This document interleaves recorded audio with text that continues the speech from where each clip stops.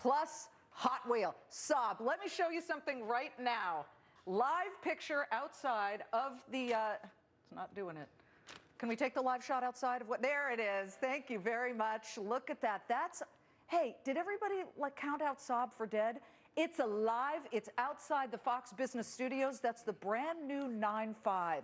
The Swedish-turned-Dutch auto company unveiling its brand new sedan, the 9.5. We've got the car, plus Saab's chairman and the CEO in a first on Fox Business interview. They threw this company off of General Motors' books. It went out to the free market. And this company says we are ready to get those Saab buyers back and rolling in the dough. We will see what that car looks like coming up. But in the meantime, let's go to Nicole Petalides on the floor of the New York Stock Exchange, holding on to some of the gains here. Yes, Liz, and that car looks pretty sweet. And anybody who was a Saab fan is definitely going to be very happy to see that. Look pretty good right there. Well, the market's looking pretty good, too. It was left for dead. General Motors jettisoning many of their nameplates. Saab was one of them. But there was a Dutch company that said, you know what, we can revive this nameplate, and I'm happy to show you that here it is. Saab, back, alive, and kicking. And at first on Fox Business interview, this is the brand new Saab 9.5. And here to talk about it, both the chairman and the CEO, I'd like to introduce to you Victor Mueller, who is the Saab chair, and Janneke Johnson, who is the CEO. Welcome to both of you. Thank you for being here. Nice to be here. When you look at this car, and you know that you rescued it from certain death because, what, 2008-9, nobody wanted this thing. And here is this latest model. What is your plan to get people to buy it? Well, I mean, the first we have to do is to rebuild the confidence that Saab is here to stay. And you can't do that in a better way than introducing a brand new car. So a lot of focus will, of course, be on this fabulous new Saab 9.5. It took about $1 billion to develop about 3 or 4 niche models. So this is a big amount of money here. How do you wrestle money away from the buyer of a Lexus or a Hyundai? They've got brand new, higher end models. This is what, about $50,000? Yeah, but this is the highest ranking model. This is the V6 four-wheel drive, but we will start at around $40,000. You guys picked up Saab for about $400 million. Beijing Automotive got some of the intellectual property on things like the powertrain, the gearbox, the engine.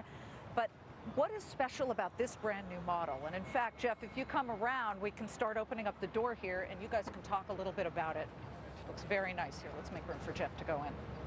Tell me about it. Well, first of all, I mean, if you look at this is, of course, a real Saab, right? I mean, it has all the Swedish values that we are so used to in terms of the design of the vehicle, turbocharged engines, which is a traditional Saab, and of course all the impacts from our aircraft heritage, etc., as it relates to how we lay out the cockpit.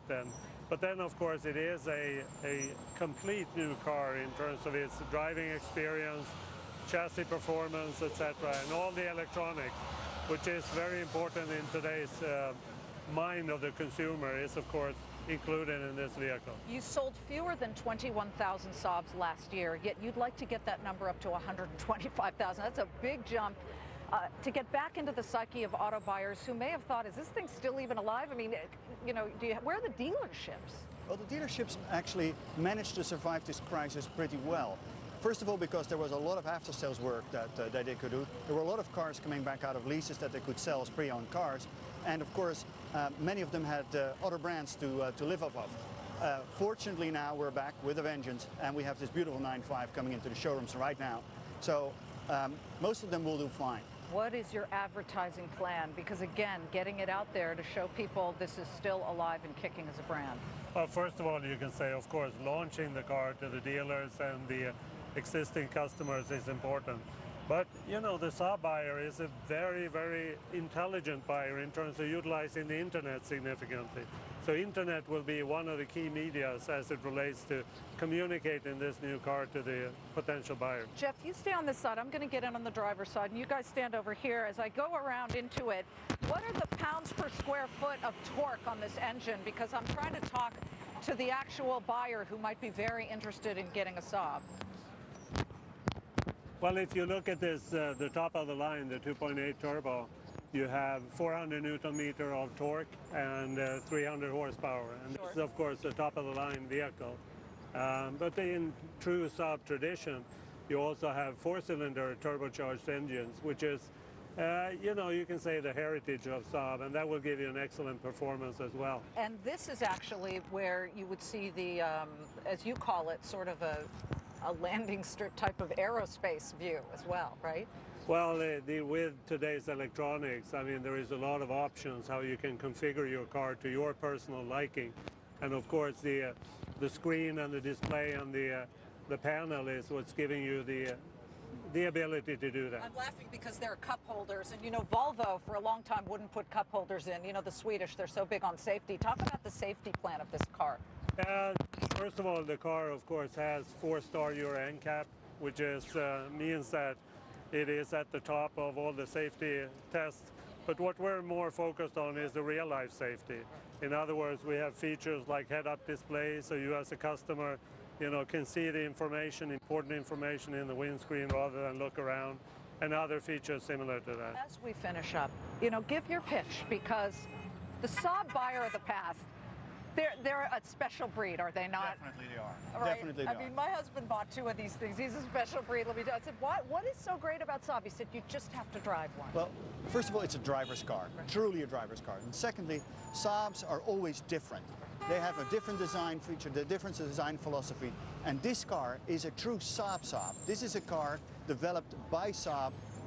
Most of it was developed initially by GM, but it's become a complete Saab, and that's what the customer wants. The customer wanted a car that was really developed by Saab, and this is one of those true Saabs that is now back in America. Victor Mueller is the Saab chair. Jan Anneke Johnson is the CEO. And as I finish up here, there it is. It's back, Saab. And I think that this is a fascinating story, gentlemen, of a car company that you picked up basically for a song, and we'll be watching to see if you can turn it back into quite the opera for the automotive industry. Thank you so much. Thank you very much. We appreciate it. When we come back, so much more. We'll check the markets. We're also going to talk to an Israeli company that makes microwave instead of fiber sort of cell phone thing. You know, with the smartphones that are so big out there, how are you getting your signal to the tower? This company says it's got a cheaper solution. It's poised to run, they believe. Stay tuned. Much more ahead right here on Fox Business.